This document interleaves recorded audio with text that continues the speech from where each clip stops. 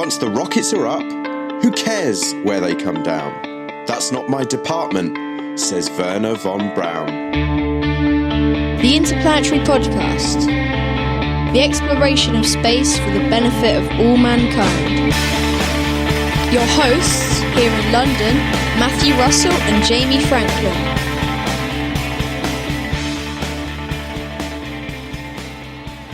Nice. Like that? I love that. It's from a song by Tom Lehrer called Werner von Braun. Makes sense. It's another one we missed off our playlist, which I've got to add. I also completely forgot about Judas Priest's Electric Eye. What were you thinking? I don't know what I was thinking, because that song, go listen to the lyrics of that song, written in the 70s from their seminal album Screaming for Vengeance.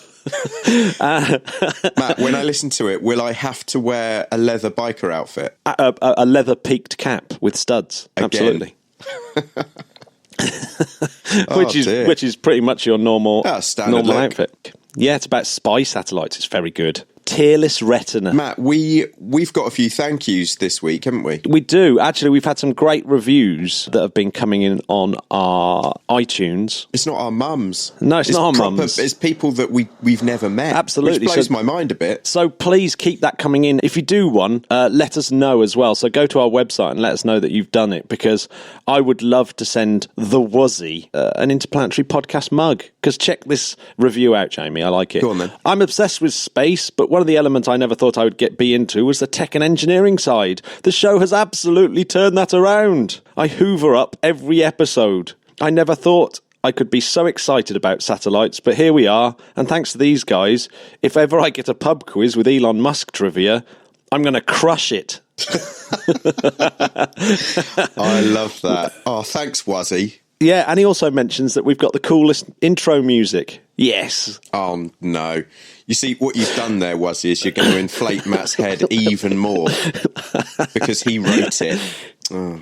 Anyway, moving swiftly on, Jamie.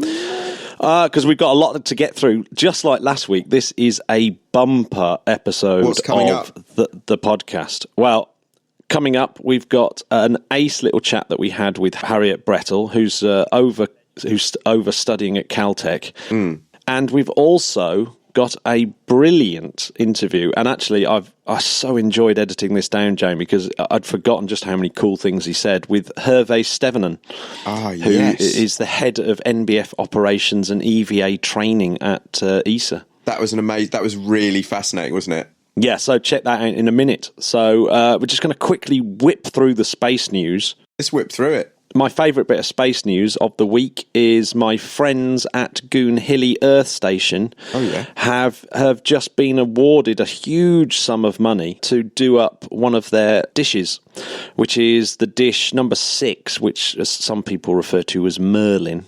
Oh.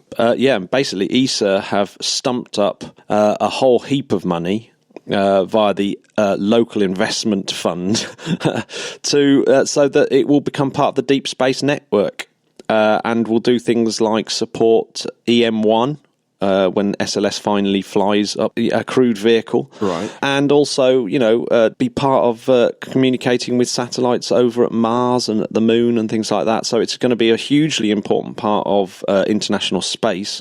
Damn. And just so you know, that dish was actually used to transmit the Live Aid concerts, of course.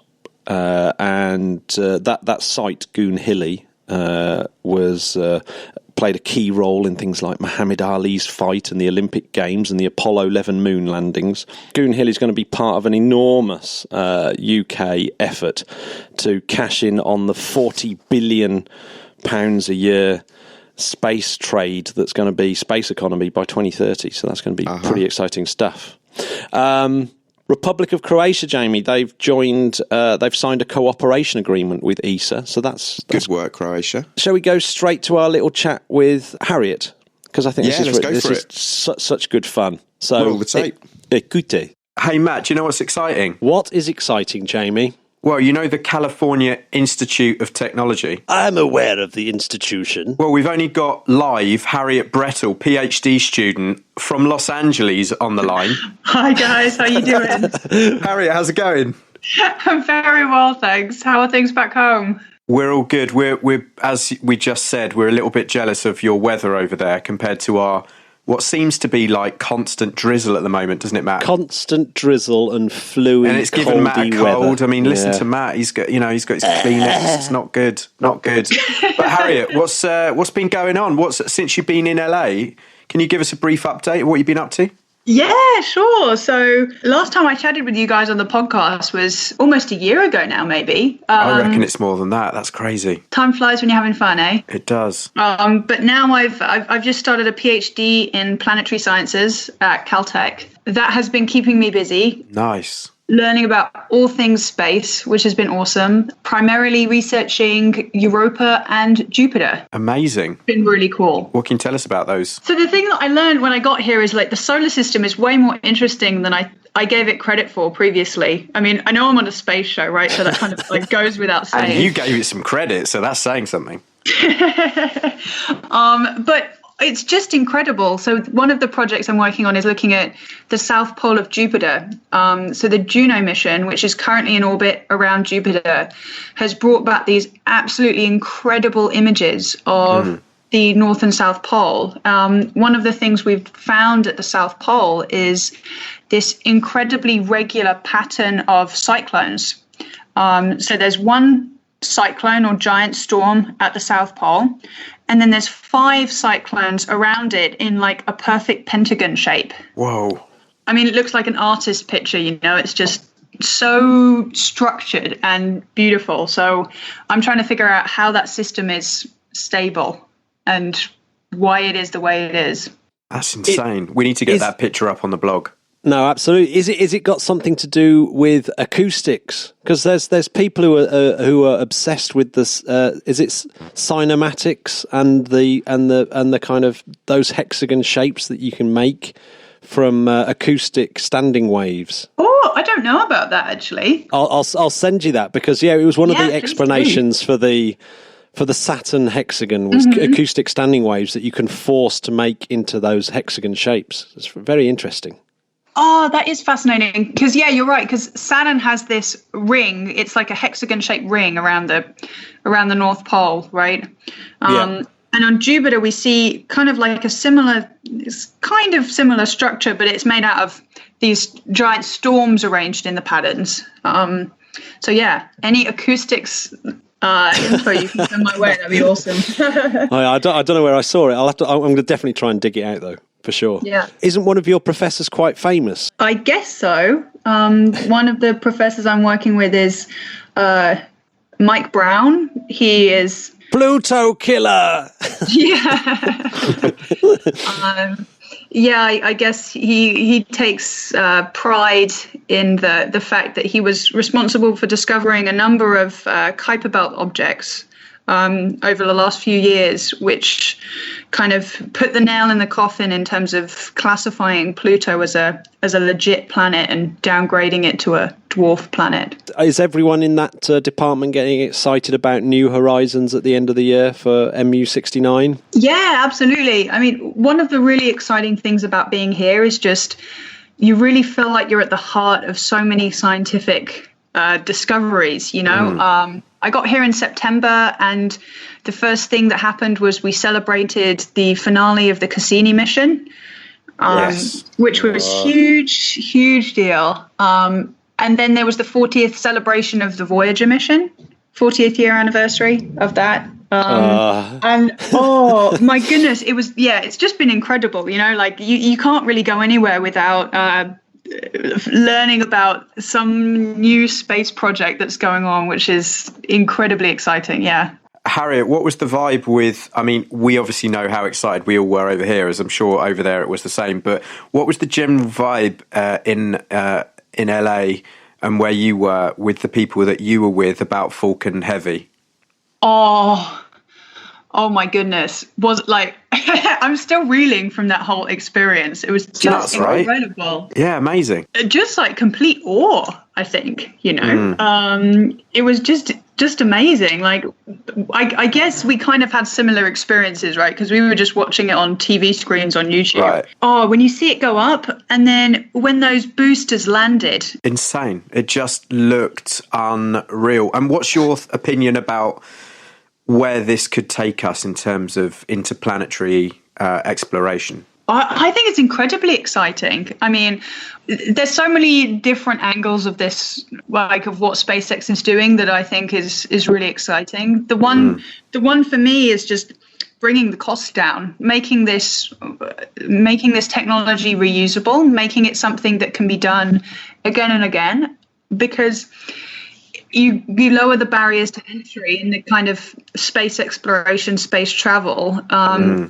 There's really no end to what you can do, and that goes for kind of space tourism, but also kind of scientific research. At the moment, it costs like billions and billions of dollars to get a probe to Jupiter. Well, but what if we could use this kind of technology, or use Falcon Heavy to launch space probes into the outer solar system for much, much cheaper and much more efficiently? Like, that's very exciting as well. So I've got a feeling that Europa Clipper might go on a Falcon Heavy rather than SLS. That's my feeling.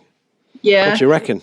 I don't think the SLS will be built by the time Europa Clipper goes. That's true enough. It's not looking good for it. So we've gone right off topic. So Harriet, you've got an exciting topic for us this week, which we thought was going to be good fun. So hit us with it. Yeah, sure. So this is like one of my pet interests that I've always loved with regards to kind of space exploration, and that is how science fiction has predicted the future in terms of some of the stories that we've been hearing about. Kind of things that seem incredible, but sci-fi writers have been talking about these things for decades and decades. One great example, I guess, to start off is Jules Verne wrote a novel in 1865 called From the Earth to the Moon.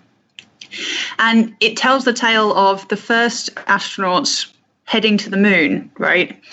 And he gets some of the details of this mission incredibly pretty accurate, Really? He predicts that it will be 3 astronauts going up. He predicts that the launch site will be Florida. He predicts that it will be the Americans that launch the first rockets to the moon. He gets the weight of the rocket and the cost of the mission pretty much bang on.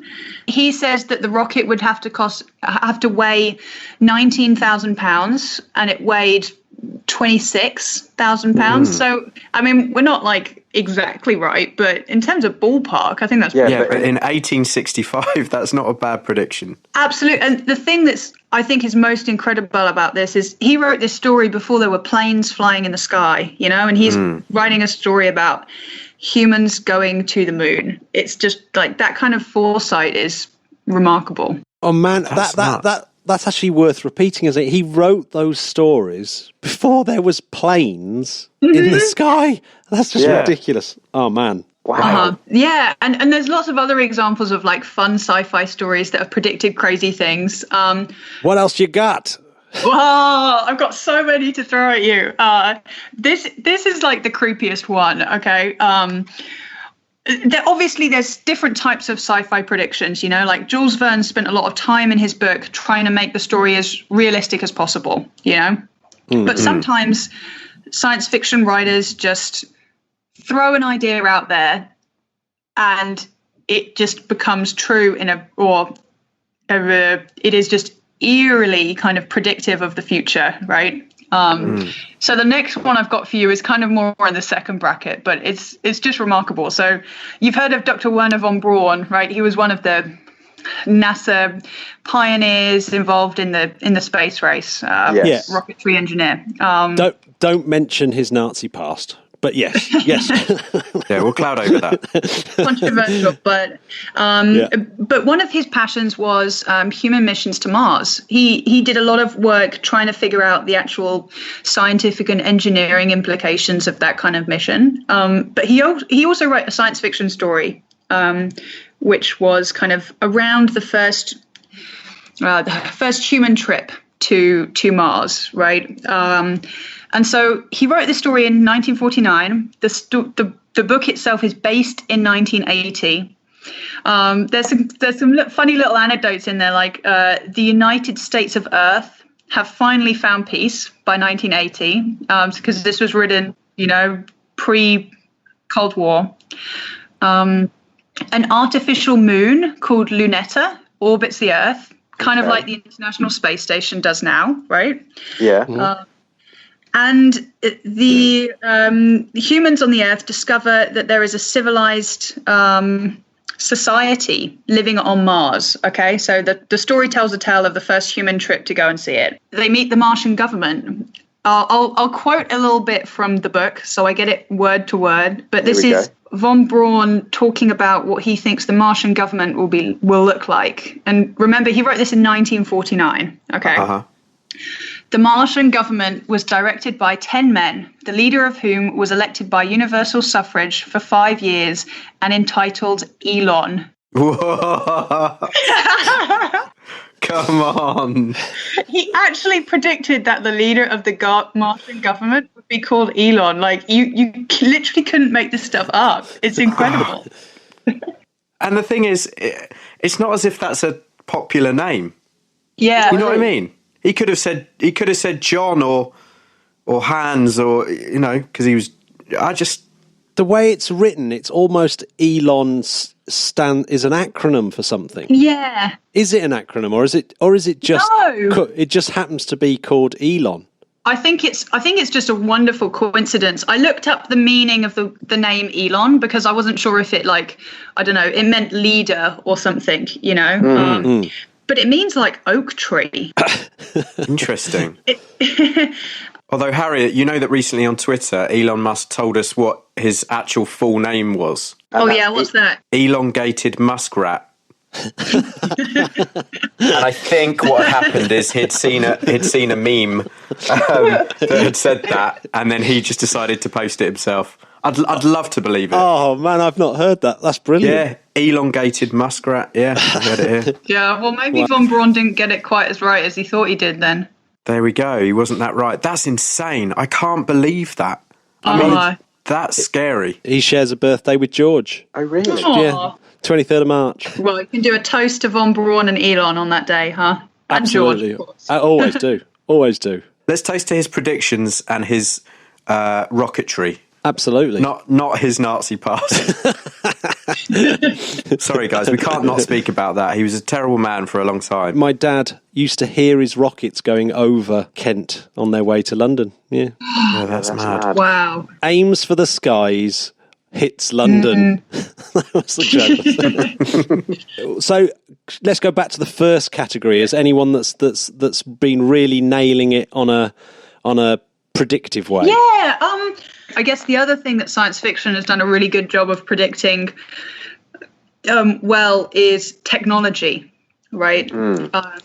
So Arthur C. Clarke is, science fiction hero, right? One of the stories he wrote, obviously, was 2001: A Space Odyssey.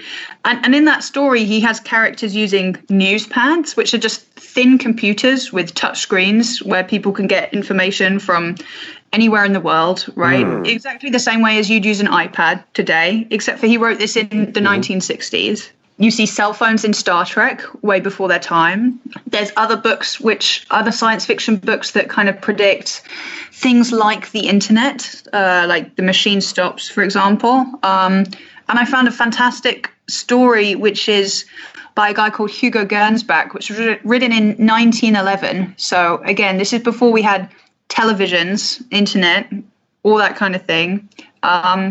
But he created this device in his story where people could talk to each other from across the world with a kind of like a mirror device where the picture of the other person would appear on the screen and you could talk to them as if they were there in the room. That's nuts. Well, yeah. Do you think that Steve Jobs just sort of was a big sci-fi guy and thought, yeah, we can do that. We can make iPads, sure. Yeah, I think so. I mean, this is one of the things I think is interesting. If you ask the question, can science fiction predict the future? I think for me, sci-fi isn't about predicting the future. It's about inspiring us to do what we want and make the future that we want to see, you know. Exactly. And so you're exactly right. I mean, there's so many leading scientists of the past who have been inspired by different sci-fi stories, you know. I mean, you saw Elon Musk's homage to Douglas Adams, right, on the Falcon Heavy launch just last week. So I think that's where the real value is that you get from science fiction, is that it inspires people to go and do these incredible things that they see in stories. Harriet, you know I was slightly upset that we didn't include Blade Runner in this chat. We can still include Blade Runner in this chat.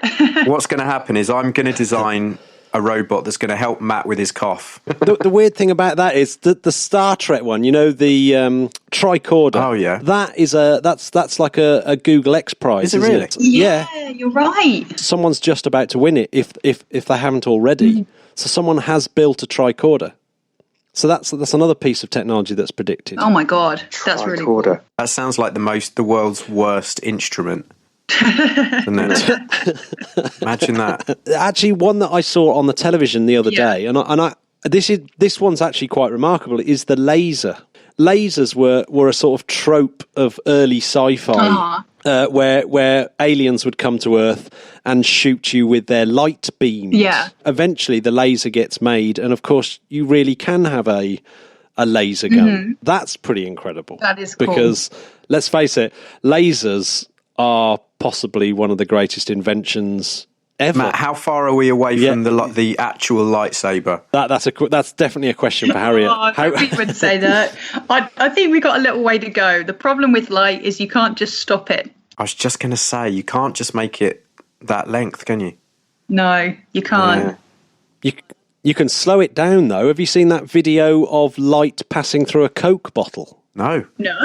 This is one of my favourite videos of all time. There is a camera that's fast enough to show light as it moves through a Coke bottle. And if you've never seen it, it's absolutely incredible. Okay, I'm going to be YouTubing this as soon as this conversation is over. Matt, does it slow down because it has to get through like 10 tons of sugar? Is that what happens? The light eats the sugar and gets a bit lethargic and think, I'll come out. Yeah. Just give me a minute. And he goes, just give me a minute. But yeah, it's going slow enough for it to go through, for you to be able to see the progress of the light as it goes through the Coke bowl. Wow. It's absolutely ridiculous. Sounds incredible. It's one of the most incredible videos. It is one of the most incredible videos ever made. It's incredible. Wow. That is a bold claim, Matthew. No, it really is. And I think any listener that's seen it will be agreeing with me, but nodding their head right now. And anyone that hasn't seen it will be rushing off to see it. It's a great one. Yeah, you've really hyped this one up, you know, so we're going to watch it now and be a little bit disappointed. Yeah. I'm telling you, you're not, because it genuinely is. It's that good. Although, Harriet, I've known Matt longer than you, and he says this about some albums and some films that then I get really excited about, and they just don't live up to it. They're a little bit questionable, huh? Yeah. So, Matt, we'll be the judge of this. Okay. That's fair enough. I don't feel as though you're bullying me at all. Not at all. So, Harriet, what's coming up in the next sort of 6 to 8 months for you? Lots more research, lots more studying. I have classes for like the next year, so I'm going to be learning some cool stuff. I'm heading to Hawaii for a week of telescope observations. Okay, now I'm jealous. Now, isn't the telescope on Hawaii, is that the most powerful telescope at the moment on Earth? There's a number of different telescopes on Mauna Kea, which is the mountain in Hawaii. I'm not sure exactly which one is the biggest and the best. They all do slightly different things. Look at different wavelengths of light, that kind of thing. But yeah, they're pretty powerful. I'm excited. That's amazing. Are you going to get any surfing in at the same time? Yeah, hopefully. Some surfing, some cycling, that kind of thing. Yeah, hopefully. Matt, let's not talk about my surfing story.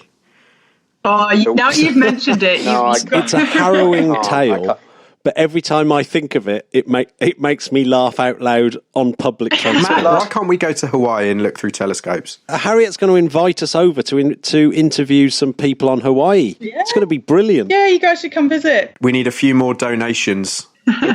Is Kip Thorne still at Caltech?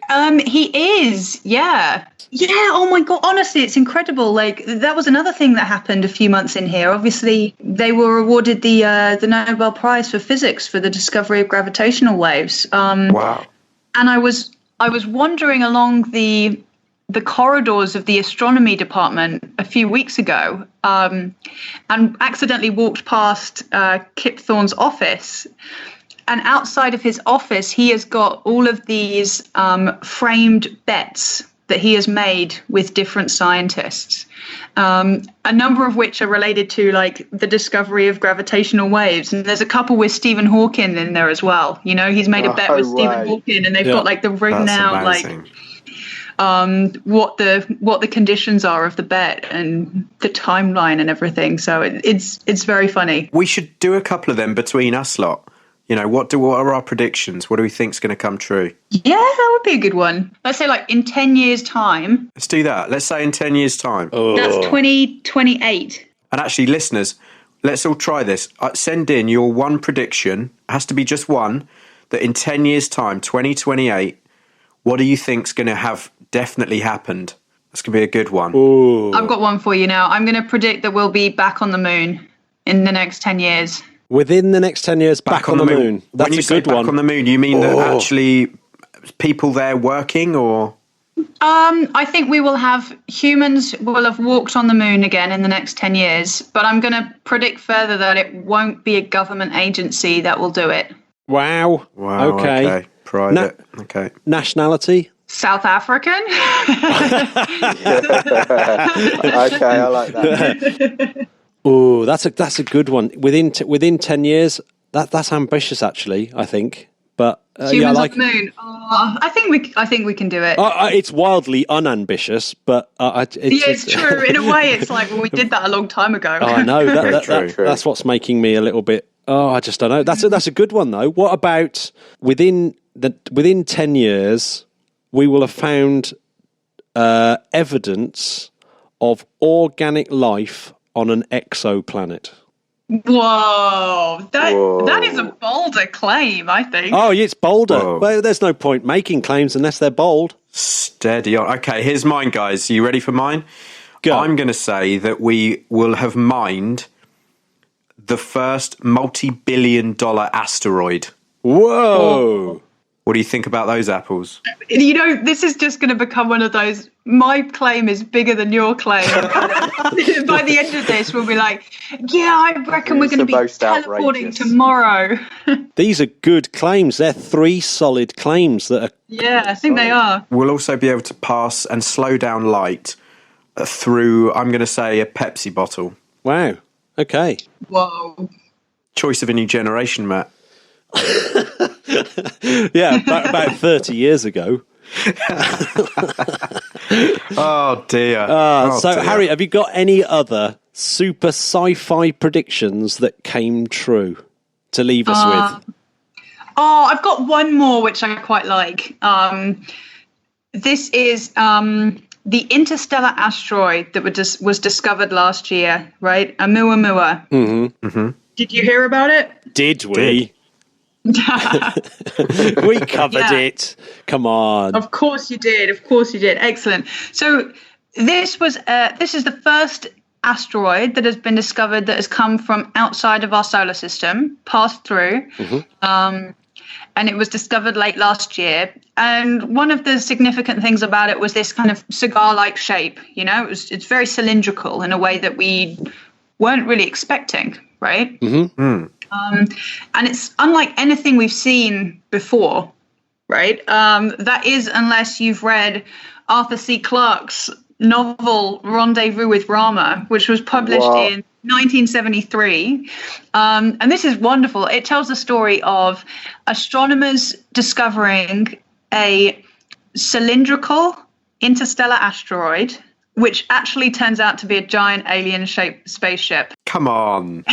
What is great about that is we actually, on the 100th anniversary of Arthur C. Clarke's birthday, which wasn't actually too far away from when all this fuss about the Oumuamua was happening. Yeah, that's true. We actually covered a quote which was from the start of that book, because funnily enough, I actually read that book a couple of years ago, and he predicts that there will be a sort of network that will allow every single sort of near-Earth object, particularly, a planet killer, to be always discovered. So there's a network, so nothing can come towards Earth without us knowing about it. And it's this network that picks up the picks up Rama. And it's so brilliant, the way that it's described, how it's picked up and how they don't know what it is at first. Exactly like this Oumuamua, because I watched the Oumuamua thing unravel on Twitter at first. That's the first I heard of it, where people were talking about it on Twitter going, it seems we've confirmed that this is the first interstellar object that's entered our solar system that we've noticed. And I was thinking, this is really, really exciting.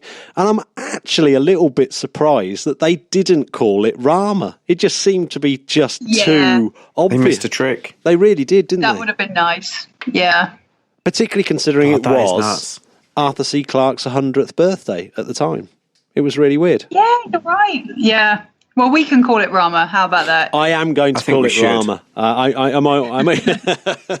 Although, Oumuamua, that's because it was Hawaiian telescopes, I'm assuming. Yeah, absolutely. Yeah, that is a wonderful name, isn't it? Oumuamua. So great. I'm probably pronouncing it horrifically, but we're the kings of pronouncing things horrifically. So don't worry. Am I right? It's something like traveller that arrives first, or something like that, isn't it? That's what it means. The direct translation. Correct. Yeah. Good Hawaiian skills there. Thanks. Of course. Yeah. I tell you what, Harriet, you've inspired me to look into old sci-fi novels, see if I can pick up any more predictions. Oh yeah, you should. Yeah, there's some real classics out there. I need to raid the BIS library, Matt. Do they have sci-fi in there? Yeah, there's a whole there's a whole section of sci-fi in the BIS library. I'm going to get down.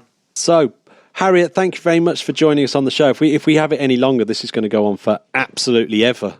Oh, that's the problem with this topic, is you could just go on and on talking about these different sci-fi stories, right? I am now going to see if we can come up with some even more. I'm going to offer that out to the listeners as well, see if they can come up with some ones. We'll see if we can create an entire blog post filled with these things. That would be awesome. Harriet, thanks so much. And, have fun in LA. We're not jealous. It's been a pleasure talking with you guys. How long is your PhD going to take you? Oh, it's an average of 5 years. Oh, so you've got to stay at Caltech for 5 years. I know, it's real tough, isn't it? Tough. Oh, nightmare. I don't know how you're going to cope. Yeah, it's going to be a real struggle, but someone's got to do it, Exactly. Science won't do itself. All right, great stuff. Well, guys, as always, post in your questions. If there's anything that you want Harriet to answer, we can always do that. So let us know. How fun was that, Jamie? She's the best. She's our LA woman now. She's our LA woman. I did enjoy how her accent was slightly Americanized, and during the podcast, it became more and more English again. It was cool. It was cool. It's brilliant. Very funny. We'll get her back. Yes, absolutely. I think we should just go straight on to our chat with Hervé Stevenin. I'm just going to quickly give you a little bit of a background.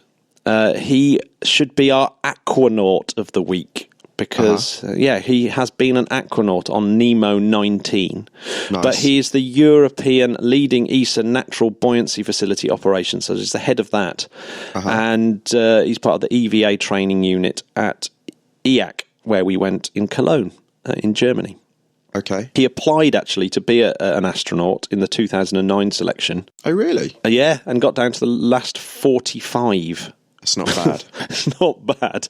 And he's also played Neil Armstrong in a COMEX-designed prototype training spacesuit. Whoa. In an underwater simulation of Apollo 11. Amazing. He's got a private pilot license.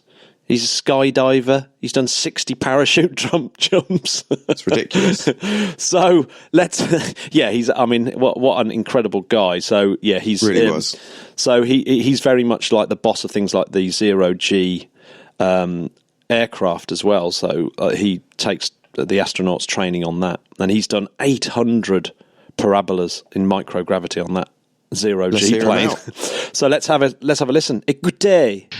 We are here with Hervé Stevenin. Thank you so much for joining us. Yeah, you're welcome.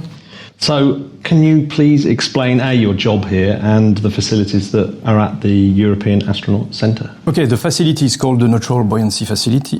It's actually a big water tank, 10 meters deep, in which we train the astronauts for what we call the rules of engagement of the spacewalk. So the reason why we merge them is because when you are underwater, this is a feeling that all the divers have already experienced. If your buoyancy is well fine-tuned and well adapted, you can find yourself floating in the middle of the water like you would float in space. And this is actually the best analogy or representation of the weightlessness environment that we can have for long duration, which is required for the spacewalk training. We can also go on parabolic flights to be exposed to real weightlessness, but this is only for 23 seconds, and this is not good enough for training. So that's the reason why we merge the astronauts. And my role is I'm the head of the operation for the facility, but I'm mainly the EVA instructors for the astronaut at ESA. Okay, and I heard we dropped into your lecture earlier on, and I heard something very interesting about one of the sort of main reasons why you built the facility here, with the ESA astronauts not getting a fair crack at the whip compared to their NASA counterparts. Can you tell us a bit more about that? Yeah, that's right. In the early years 2000s, the space agencies were in this very heavy phase of the development and the building of the space station. And this phase required a lot of EVAs. And that's the reason why NASA was fully booked with all these preparations and EVA training, which run their facilities, a neutral buoyancy laboratory, which is equivalent to the one that we have here, but which is much bigger. Was booked with 2 shifts per day, with a heavy dynamic workload to train everybody. So when we had our ESA astronauts based at EAC in Cologne, when they had to be exposed to the spacewalk training in Houston, directly into the suit, unfortunately, they could not get the same numbers of runs than the NASA astronauts. And typically, the first part starts with 4 runs, and they got only 3, because the facility was so booked that there was no other options. But what we have to take into account that the astronauts are evaluated by the NASA instructors through their EVA training with 15 different skills and different marks between 1 and 5. And only the astronauts who get the excellent marks are the ones that will be assigned to EVA. The other one, they will do robotics, they will do science, they will do being a Soyuz engineer or whatever, but they will not be assigned to go outside. So you can imagine when our astronauts were going there, getting 3 runs, and were evaluated compared to the NASA astronauts who were getting 4 runs. Our guys were immediately missing 25% of their suit experience. And of course, this was reflected in the evaluation. And then it was quite difficult to catch back and to catch over, and which led to the unfortunate situation that when it was time for their assignment to a mission, and when ESA was negotiating with NASA the program of the activity on board and say, okay, we would like our ESA astronaut to perform an EVA, The reply from NASA was yes, but look, he will fly with, or she will fly with 2 experienced NASA astronauts who are extremely qualified in EVA. These are the 2 guys that we will send outside. And of course, this is the NASA astronaut wanted to go outside, so there was a good rationale for it. So it was a bit like the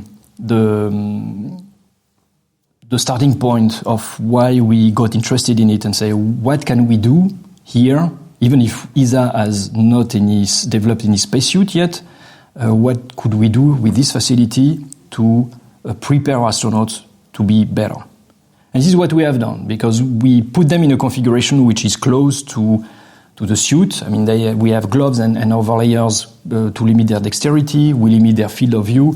They carry the same tools that they will be operating at NASA. We put them in the same situation, and we make them acquiring the skills to develop an extra awareness of the environment, which is required when you are on spacewalk, despite the fact that all the senses are narrowed down, field of view limited, dexterity is degraded. When you close your hand, it's like pressing a tennis ball each time, movement limitation, and so on. So what happens through this step-by-step program that we have developed and we implement here, that we put the new astronauts through that, the one that were selected in 2009, and when they arrive at NASA, they were ahead compared to the NASA astronauts, who started immediately in the suit and they had to discover everything and to struggle with all these problems. On our side, the guys were like, they had to adapt to the bulkiness of the suit and the movement limitation that we could not reproduce here, but they knew what to do, what not to do, what are the mistakes to avoid, how to be efficient and safe during an EVA, and to make sure that you don't do any mistake and you go further in a very powerful way. So what happened is that after the first runs, the NASA instructors were looking at them like, wow, these guys are quite talented in EVA. They have already quite a good knowledge and developed skills for that. So this was, and they got good marks and good evaluation. So beside that, there is a psychological effect that everybody has been exposed to that. When you want to do something, you have an objective, and this is very challenging. You push forward, but you don't succeed as you expect. You are not happy with your performance. People are criticizing you. You don't get good marks. This is a bit discouraging. On the other side, when the case of our guys, when you want to do that, and this is piece of cake, this is easy. You are ahead of time. You can do extra tasks. You get good evaluation, good marks. Well, it's like you are pushed and to go further. And of course, you have to be motivated. But all the astronauts are motivated to perform an EVA because this is the ultimate experience that you can have in space before we go back to the moon. Huh? Yeah. Absolutely. Well, you mentioned some challenges during your talk earlier. Yeah. When you've been involved in a live EVA, when is the time you've been most nervous? Well, the most nervous time for me was I was watching the second EVA of Luca Parmitano, and he was actually close to drawn into the spacesuit. This was terrifying because it was clear that something was going wrong, and it was like, this has never happened in the past. So it's like you are in the twilight zone. Something is going completely south. You don't understand what's going on, and it was clear that there was an urgency, and of course on because it was so surprising for everybody that it took some time to come to a decision to stop the EVA, and then the critical situation of Luca was not fully understood by everybody. But so when they realized that the water was coming close to his ears and his eyes and his nose, and Luca was not able to talk anymore. He was talking, we could not hear him, he could not hear us, or hear the ground control. He had some water in the eyes, but this water has been in contact with the desiccant that we put inside the suit to avoid some fogginess inside, and then so it's irritant on the eyes, and then the decision was like, okay, the partner of Luca had to clean out the EVA to bring back all the tools and equipment, while Luca had to go back alone to the airlock. And it was sunset, and then the light from his helmet was completely blurring his vision with all this water around. He could not see anything, could not talk, nobody could understand in which situation he was, and he was completely isolated and almost blind. So by chance, I mean, he's a very strong guy, and he knows how to take over. He has done what all astronauts should do and are used to do. It's in a critical situation like that, to think ahead for a solution, not to be completely overwhelmed by the problem and the danger, but say, how can I get out of that, with a kind of looking at it from a different level. And he was already thinking ahead that maybe there is a valve close to the helmet that he could open this purge valve to purge part of the air outside, or the oxygen outside, which would have sucked the water out. Of course, knowing that after a while, as soon as the water is outside, this will become ice and this will clog the valve, but this could have been an option. And then he was thinking like, okay, I have my safety line. I mentioned to you before this kind of safety line where you are attached to. Yeah. And he said, okay, it's like I'm blind, but let's follow that. Let's follow this cable. It will bring me back to the airlock. But it was scary, and for me, I was very aware of the situation. And where were you watching that particular situation? From the Eurocom control room. I mean, we have a control room here. This is where we talk to the crew when we support operation for Columbus. So this is like a European Capcom is sitting there. So we have all the voice communications in real time, and also the video. But in such an activity, because we are not the one driving the EVA, we are just spectators. I mean, we watch, but we cannot intervene. Sure. And have you met up with him since? Yeah, we had a lot of discussion on that, and I even wrote a kind of report to ESA after what happened, and so it was very, very difficult time, and it's terrible because when you are in such a situation, because it's not only a colleague, it's a friend that is up there, and when you see that the guy is put in a situation that has never been experienced before. And that who could imagine that you can drone in a spacesuit? This is crazy. Yeah. I guess every time something horrible happens, you learn from it, and you try to say, exactly. How can we stop that from ever happening? Exactly. So, I mean, this is something that we are all used to do, and NASA is also, of course, very careful with that. So now they have different procedures to cope with this. And one example is that they have in the helmet, you wear now a kind of spongious layer in the back of your head, and you are asked to push back from time to time your head back, and to feel the resistance and the pressure. And of course, if there is water in your helmet, this will be swallowed by this spongious tissue, and you will have a different feeling, and you can immediately identify that. And it happened later on for the EVA of a team that there was a similar leak and so on, and it was mastered very well. They identified the problem and said, okay, we terminate now the EVA, and guys, you go back. Anyway, they have done all the job they needed to do at that time. Presumably you were one of the trainers of these, and so therefore you felt responsible for it. It must have been a terrifying experience. Well, not responsible, but I was exactly, it was very easy for me to put myself in his shoes. Yeah. Because I've been trained in the spacesuit. I know what it takes. I know how challenging difficulties. I mean, it's fantastic experiment, but this is painful. This is tiring. You are confined in a very small environment for many hours. So it's something that is not really comfortable at the beginning, but then that you have to master and to develop your level of comfort inside. So I know what he was experiencing.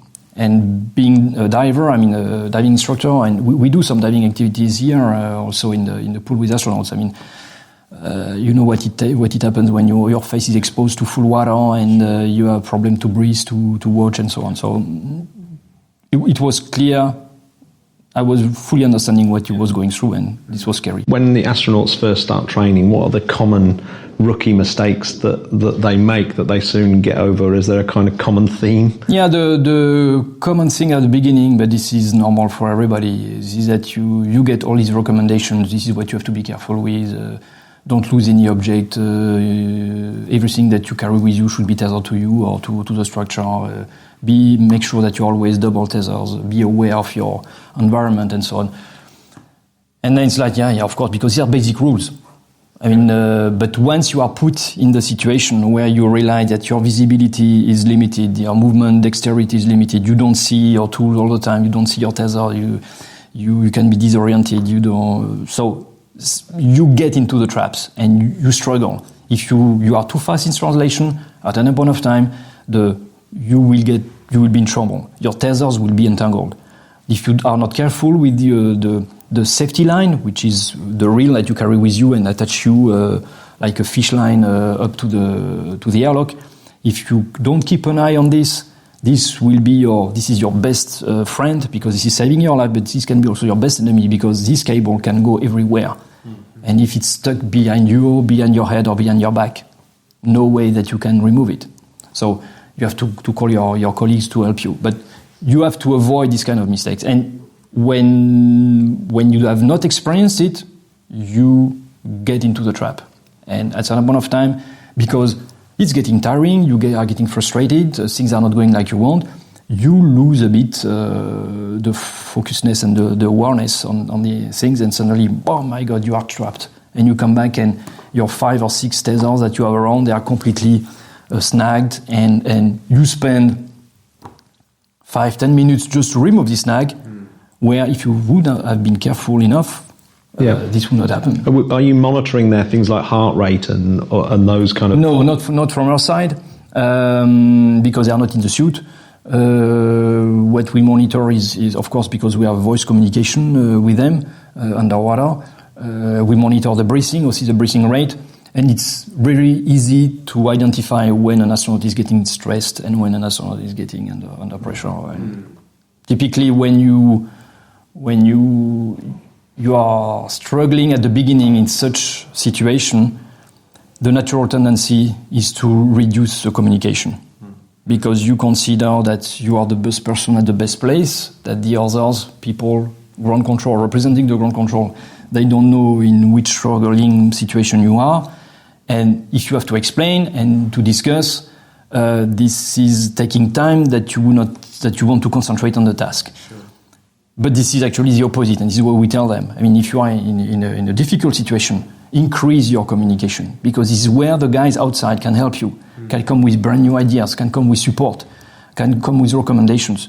So these are all these kind of things that you have to learn through the process, and these are typical mistakes at the beginning. But then, of course, you don't. Once you make them once, you don't make them twice. So the people at the control centres on the ground, presumably they have to go through an enormous amount of training as well, because they're issuing... Yeah, so normally all spacewalk is followed by one guy that we call the IV, normally for intravehicular astronauts. There are two options. Either this guy is inside the space station, or this guy can be on the ground, in the ground control, and communicating with the astronauts. For example, for the last, for the spacewalk of Thomas Pesquet, Luca Parmitano was in the ground control and was playing this coordination role. So what we put there is always an astronaut who knows very well the situation, who has been trained with the guys, who know the procedure by heart, and sometimes who has already done it or done a similar activity in the past. So there's no better than that, right? Yeah, because everything is done according to procedures. And you can have a procedure, an EVA procedure might have 200, 300 steps that you have to be followed by different, also for the first astronaut and for the second. Sometimes they work together, sometimes they work on both different sides of the space station independently. And of course, they know exactly what to do. They know almost by heart the choreography and the activities, but they don't have the procedure in front of them. And when you get tired, and when you, after a bunch of hours, it's easy to say, okay, to request what is the next step. Well, what shall I do now? So, and this is the role of this IV representative, who is always guiding them to tell them, okay, now for you the next step is to do that. For you now you have to do this. Now you have to do this screwing operations, and you have to operate some bolts, and these are the settings that you have to put on your tool.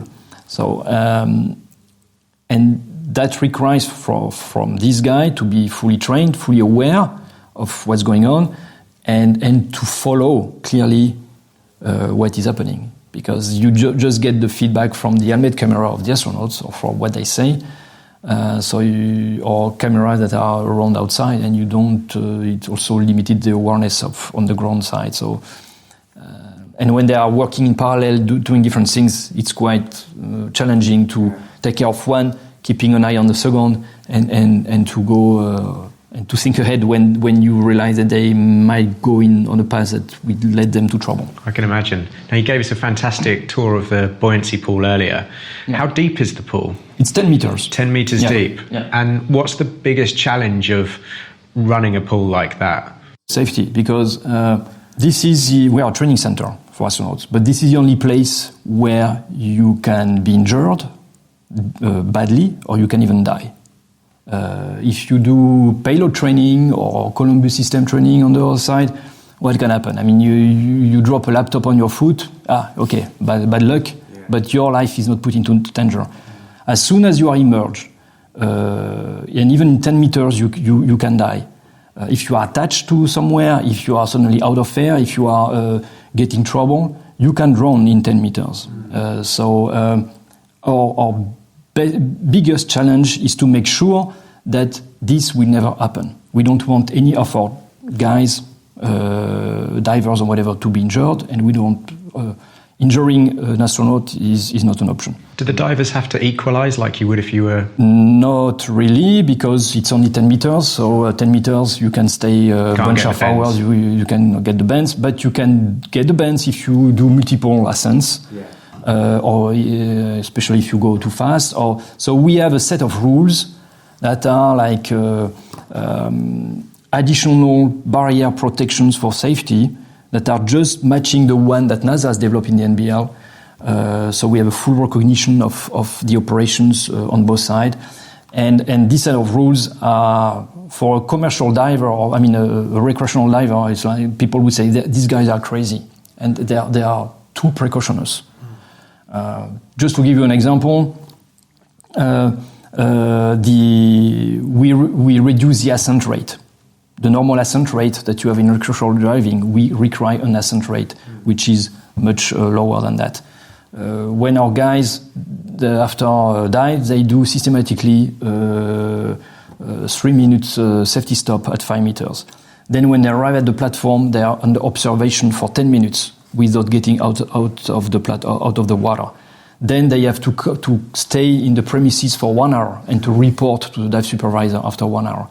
And all this is done. All these precautions are done to avoid any problem accident. And this also requires that for each position, for the divers, safety diver, camera diver, utility diver, crane operator, dive supervisor, that these guys are trained according to a specific training, and they are recertified and requalified. And regularly, when we do an operation, we look at it like, okay, do we have any safety issue with that? And how can we improve it to make it even better next time? So, and thanks to this, since we have started to operate this according to these rules, we have not got any diving incident here. All right. Good to hear. A completely different tack. Are you involved in the design or fitting of spacesuits themselves? Not really, because today we have, let's say, for the timing, we have not initiated in ESA any study to develop a further spacesuit. I mean, the time might come to think about spacesuit for the moon or exploration, the surface exploration, moon and Mars. Maybe already ESA independently or in cooperation with our partners.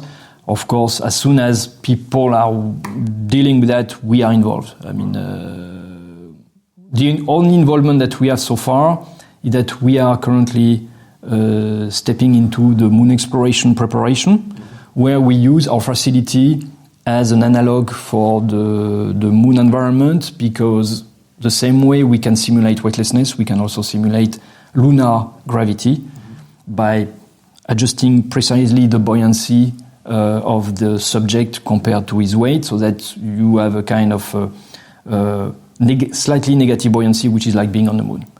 And if you do that with the astronauts and with the tools, then you are close to the moon environment. And what we do, we are using a kind of exoskeleton, which is limiting this is wet inside.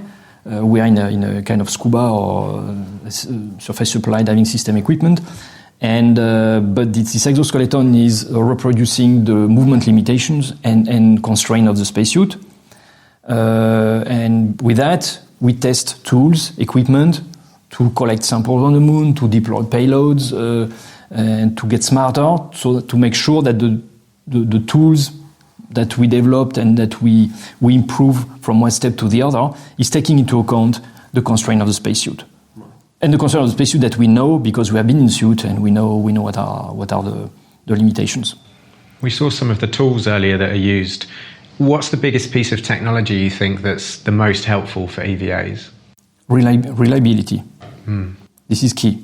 And also having the capability to have multiple protection. I mean, I show you the standard hook for a tether.